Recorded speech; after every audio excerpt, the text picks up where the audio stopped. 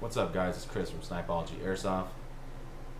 So this video we're going to talk about the Snow Wolf M24 and the upgrades that I've done and why I've done them and what I've picked and why I picked them.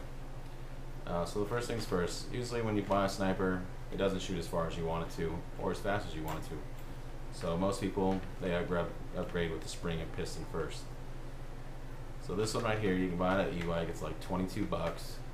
It's for the Snow Wolf M24, SW01, SW04, SW10, the MB01, MB05. It'll fit all 5 guns and a couple other guns too that it's not mentioned on here. So this is pretty good. The spring, from my experience, it doesn't tell you how strong it is, but I believe it's like an SP170, I would say. I don't think it's any higher than that, at least I don't think so. So this is the first thing they replaced. So what I've learned is that I play quite often, at least 3 times a month, every other weekend, sometimes every weekend. My computer just went off. The spring gets worn out pretty fast, and I'm sure that happens with any other brands of springs. They just get worn in pretty quick.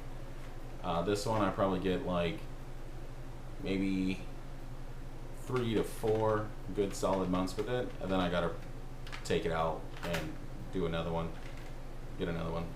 The good thing is, so when I buy this, I buy the whole kit again because it's only 20 bucks. So I get a new spring, a new piston. I've got a whole drawer full of them. It's pretty good. When you upgrade your piston and spring on the Snow Wolf M24, what I've came across is that your trigger box starts to fail, and I'll show you in one of my videos the trigger box failing, and when it fails, the string's too strong for it, the spring. So you clock it back, and the trigger box can't hold that spring back, so the little mechanism inside ends up failing and letting the spring go, so it just automatically fires. So what I was doing is I would clock it back, and when I set the bolt back in place, it would just fire on itself, and I'd have to keep clocking it until it would eventually stay.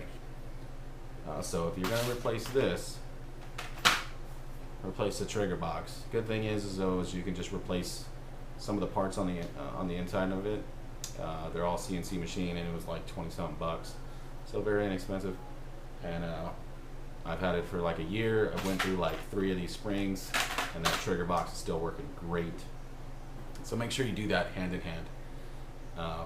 After I replace the trigger box, when you start getting with heavier springs, you want to play with heavier BBs, and the stock Hop Up on there is not as good as obviously an upgraded one or whatever. So what I did is I purchased a PDI Hop Up off e-bike.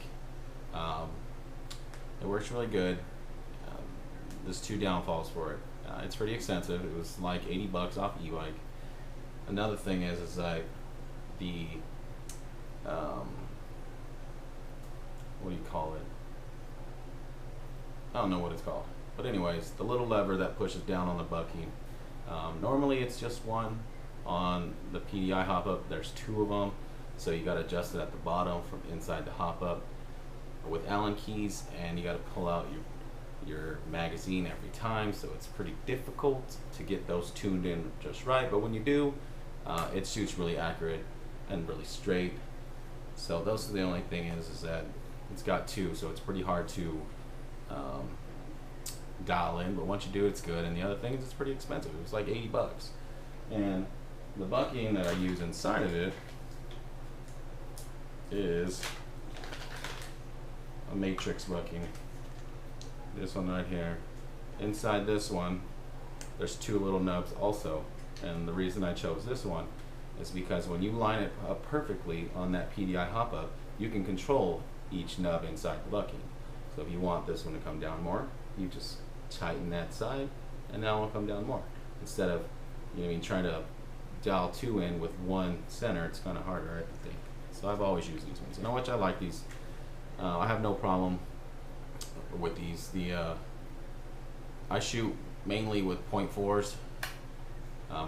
My gun shoots them really well, so I don't need to go any higher or any lower. I like them. So, and this bucking with that hop up unit picks it up just fine. I have no problem with it. I get my range too, so it's really good. The next thing that I've upgraded is my barrel, my underbarrel.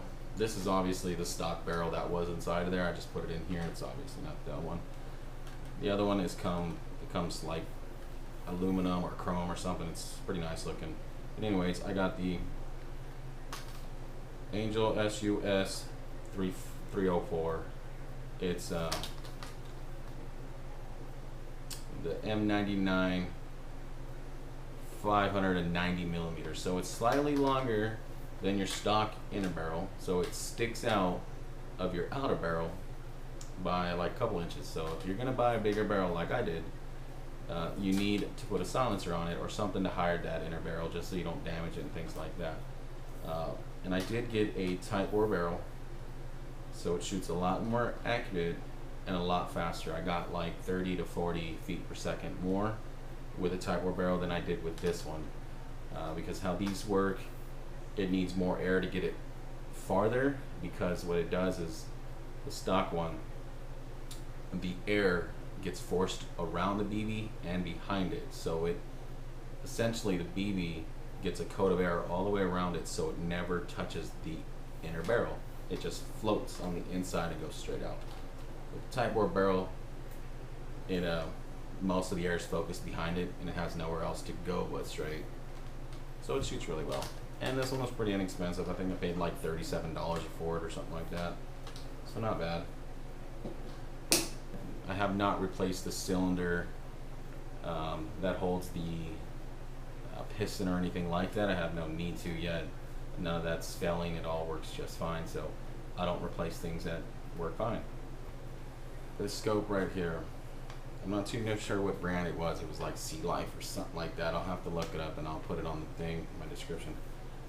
But this scope, I absolutely love it. It's got good eye relief.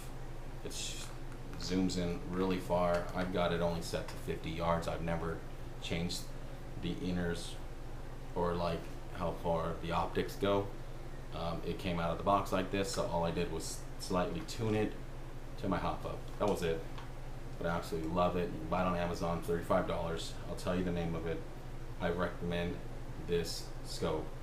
If you buy anything else equivalent to $35, you do not get nothing what can equal this bad boy right here. When I first got in the hobby, I bought one for similar price, $35 I think it was, and I bought it at the local store, Airsoft store, and it was garbage compared to this. So get this if you're gonna get a scope. Like, it is made for an actual rifle, so it zooms into like 500 yards or 300 yards, and it's got green and red crosshairs if you like that. I don't use them, but it's really nice. 35 bucks.